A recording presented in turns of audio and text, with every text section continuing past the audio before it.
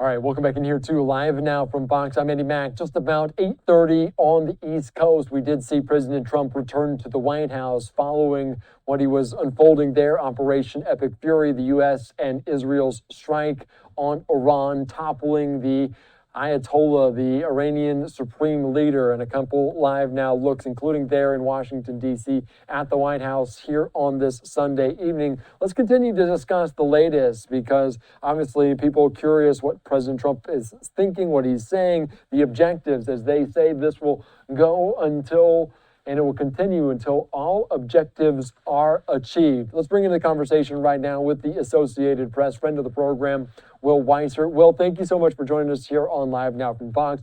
We did have a brief video on social media from President Trump talking about this, saying they will avenge the loss of those 3 service members. Are we surprised we haven't heard from him more about this major conflict in the Middle East? I think we are a little bit surprised. Obviously, this is a president who likes to talk to the media. He talks to reporters, several times a week, sometimes multiple times a day. After the strike in Venezuela in early January, there was a press conference at Mar-a-Lago the next day where he took questions and talked about what happened there.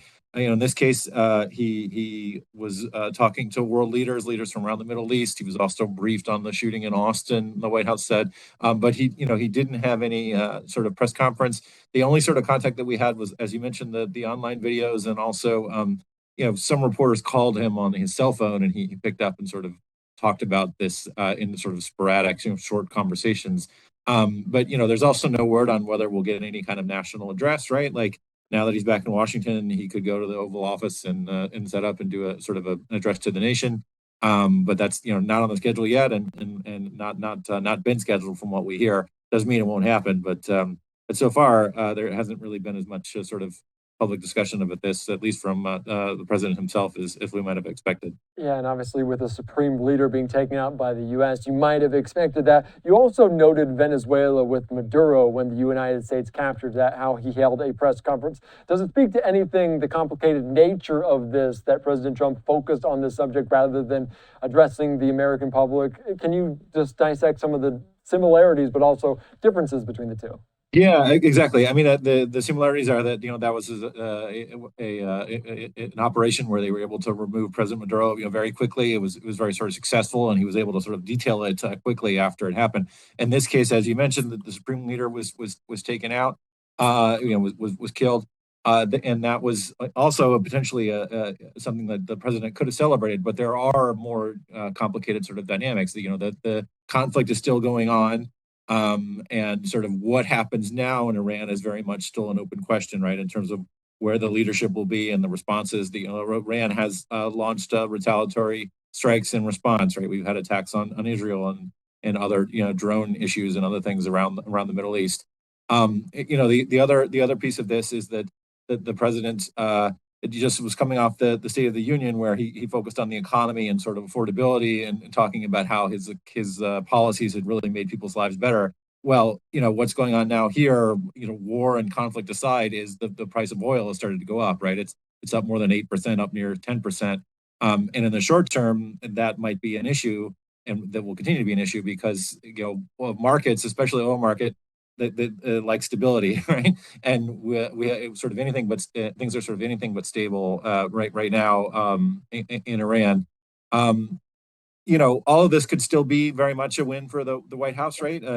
It's not necessarily just because we haven't seen them doesn't mean that they're not sort of happy with the outcome. We've been in contact with Israeli officials who are really sort of ecstatic about what happened. They feel like it was really sort of the most successful outcome that they could have imagined. And I think that there's a lot of people in the White House that feel the same way. But we have 3 American service members that were killed. The president has said in his messages, since the beginning of the strikes, that there could be more civilian casualties, more American soldiers killed, and that's sort of the price of war. That's obviously a sort of very somber and serious fact as well. So I think there's a lot to sort of process here, and we're still in very early days before we know exactly where this will go. Yeah, obviously a lot to digest, and this could be just the beginning, as President Trump alluded to, the fact that it could last some 4 weeks. I want to get to that note because this is the first American casualties involved in this. 3 U.S. service members losing their lives, several others severely wounded. In terms of what President Trump is thinking, what the American people are thinking, the fact that American lives were lost, you put into question, is this worth it? How does that change this complication, this conflict? Well, I think it certainly complicates matters. Obviously getting embroiled in conflicts in the Middle East is something that's that the United States, the American public, has always been unhappy about. I think every country sort of is. You don't want to see the soldiers killed, and families mourning the loss of young people. But this is also specifically to President Trump, something that he campaigned on, right? He was going to end forever wars. He wasn't a regime change guy, right? He would scoff at folks like Dick Cheney and the neocons, right, and for sort of trying to insist on regime change in places like Iran, right, and places around the Middle East. So the politics of this are very complicated anyway, and the human toll of this also is quite significant. But the U.S. aside, there are major questions for the Middle East too, right? We could see a destabilization. Iran was in a lot of ways sort of one of the pillars of the region, and the way things work there was because Iran was sort of supporting different things and pulling strings, not always for good, right? Sometimes for bad too, depending on your sort of perspective. But no matter what's likely to come forward is going to be serious changes, and we don't know exactly how that's going to play out quite yet. The one other thing I wanted to say was, you mentioned that the president talked about how this could be like a 4 week, entanglement, because and one of the points he made in some of the interviews he's given was that Iran was such a big country that he felt like it would be 4 weeks. In 2003, when we went into Iraq and ran into Baghdad in a matter of days, right? It looked like it was going to be a successful operation and we'd be in and out, remember mission accomplished and all that stuff. No one really knows how long this is gonna last, right? Obviously, there could be a movement towards a ceasefire and we could wrap it up pretty quickly, or you could have a situation where it becomes a quagmire and there's a lot of doubts around in violence around the rest of the Middle East, and all of a sudden we're in a conflict that takes a lot longer with no end in sight. Yeah, the regime changes are always a little complicated, always a little messy. Back here at home, though, we know that obviously Congress frustrated by the fact that they don't get information in regards to this. There might be a war powers resolution later on this week, potentially largely symbolic. How much weight would that have, and how much are lawmakers concerned about President Trump just going about and doing this on his own without Congress? Well, I think there is concern. Obviously, Democrats are quite concerned. They tend to be very opposed to a lot of what the president does, and this is an issue where they have expressed concerns. But this has also been an issue among some Republicans, right? I mean, they basically say that the White House and the president, can't act unilaterally, doesn't have the power to sort of go to war, without prior authorization. And we saw lawmakers stand up in the past, as you say, was largely sort of symbolic, but kind of rebuke Trump, right, for overseas actions that they felt like that where Congress wasn't consulted enough.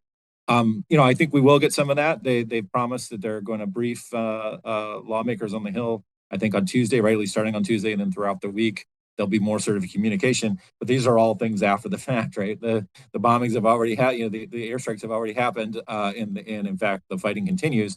And so I do think that will also be a point of contention, going forward with lawmakers. The other thing that I'm really interested to see is, the president with the midterms coming up was really stressing about how his policies were really going to start lowering kitchen table issues, right? And he said, well, affordability is a Democratic word; they're making it up, but we're helping to make prices come down for everybody. Gas prices are a big part of that, and they've acknowledged, for months that they were really working hard on bringing gas prices down. It's hard to see the prices can go up and down, the market can be volatile, but the longer this goes on, the more sort of easy it is to see higher gas prices, and that really is going to sort of send an economic message that the White House does not want. That's why I wanted to ask you about the pressure of it, because as the energy sector so volatile with what's going on there, 8% already up heading into Monday. And you can imagine with the stock market, they live and die by certainty and uncertainty as well. How much pressure, how much is the White House keeping their eye not only on the stock market, but those inflation numbers from last week, SCOTUS striking down tariffs, feels to be piling up. How much pressure is there on them in terms of those kind of factors in the economy? Right. I think there's a lot of pressure, right? I mean, I think that the last couple of weeks, the message that's really emerged when poll after poll sort of showed people thought that the prices were too high and that, that the Trump really wasn't doing a lot to sort of improve the sort of kitchen table issues and to make the cost of living more affordable. They would say, well, look at the stock market, right? Look at your 401k. That both are doing really well. And he tells stories about riding past the gas stations in his motorcade when he goes to campaign in different states and seeing gas prices come down. All of that is potentially a jeopardy, as you mentioned. Volatility in the oil market could very well affect the stock market as well. And the longer this conflict goes on, like I say, we don't know what's going to happen, right? And there could be a ceasefire relatively quickly, and maybe this all is behind us. But if this turns into a sort of projected fight in Iran and across the region, that's more instability, and that could certainly send sort of shockwaves through all kinds of markets. Not the kind of thing you want to campaign on going into the midterm for your Republicans. The longer it takes is kind of the term that maybe we're leaning on, because 4 weeks is just the timeline, because you have no idea the indefinite nature of this as he campaigned so fervently on no forever wars. If we're sitting in a similar position in 2 weeks, how much is President Trump sweating about this? How much concern is there looking back on the decision that was made? Right. Well, and the reporting that we have and others have gotten as well is that there really was not a lot of discussion about sort of what happens next, right? I mean, I think that they were very concerned about the possibility of Iran obtaining a nuclear weapon. They wanted to sort of send a decisive message to end that, and also to have Iran take the talks more seriously, right? There were talks going on, but the president didn't feel like they were sort of the sense of urgency that needed to be. I don't think they expected to take out the Supreme Leader as quickly as they did. That was certainly if you're from the White House perspective, that was an unexpected but a big victory. But it's a question of, as you point out, this could just be the beginning, and I think that there will be more questions, and frankly, they're not going to be easy to answer as we go forward. I want to ask you, because now we know Operation Epic Fury underway, but potentially there is the objective of this is to get rid of that nuclear program, to never have that. They obliterated it last year, now potentially considering it again. Is negotiation, is a deal potentially still in the possibility for President Trump? Would the White House be open to that still, or is that window closed? Well, I think they are open. I mean, President Trump has made clear in the comments when he's picked up his cell phone, right, that he says that he's willing to talk to the new leadership, even though we don't know exactly what the leadership of Iran looks like. Even though we don't know who ultimately might end up in power, it is at least possible to imagine that new person or that new regime or a group of people maybe backing off, right, and capitulating to demands and saying, look, we're going to abandon the enrichment part of this, and nuclear power for civil purposes, we could maybe obtain through other means, and we don't need to sort of work towards a weapon. That's certainly a possibility. That would be a positive outcome for the White House for sure. But that's a lot of steps that we just talked about. And right now we've still got active fighting, right? So even if there's a discussion, the discussions are ongoing. They're certainly not going to be easy, and they're going to be more complicated than they were before. The levers of pressure might be more on Iran right now, but if we're talking 2 weeks down the road, it might be on the White House to try to make a deal. So this is not one of those extended wars. Will, anything else you're keeping your eye on? Obviously heading into a new week. This happened all early on Saturday. Now we're 36 hours later. What are we looking at this week? Anything on Trump's schedule? Anything else you want to note? Yeah, I mean, he's got a Medal of Honor ceremony that was previously scheduled for tomorrow, right? And so we might get comments about the service members who were killed and wounded in this particular action there. He's also supposed to meet with the German Chancellor on Wednesday. And, he has a lot of sort of private policy meetings already scheduled. This is certainly going to be a continued topic of conversation. And I'll be really interested to see if he does come out and speak to reporters and answer questions, or if we get an address to the nation. Because, even looking back to the State of the Union, a couple days before that, he also kept a low profile, and then he kept a low profile sort of last week. We had the event in Texas, and he spoke to reporters on the lawn before he left, took some questions about like Iran and Cuba and Ukraine and a couple other issues. But, they've been very careful to simply just talk about this in video messages where he can control the narrative. The longer we get into this, the harder that's going to be control. And the other thing is we'll start to see, more reliable polling, right, on what people feel on how this is going. And he'll probably want to address that as well. Yeah, not really that public, which is not unlike presidents, but very unlike or unusual for this president, President Right. Trump, not being in the public spotlight, especially after such a high-profile event and incident there in the Middle East. Will Weissert, thank you so much. I appreciate your time reporting on Live Now.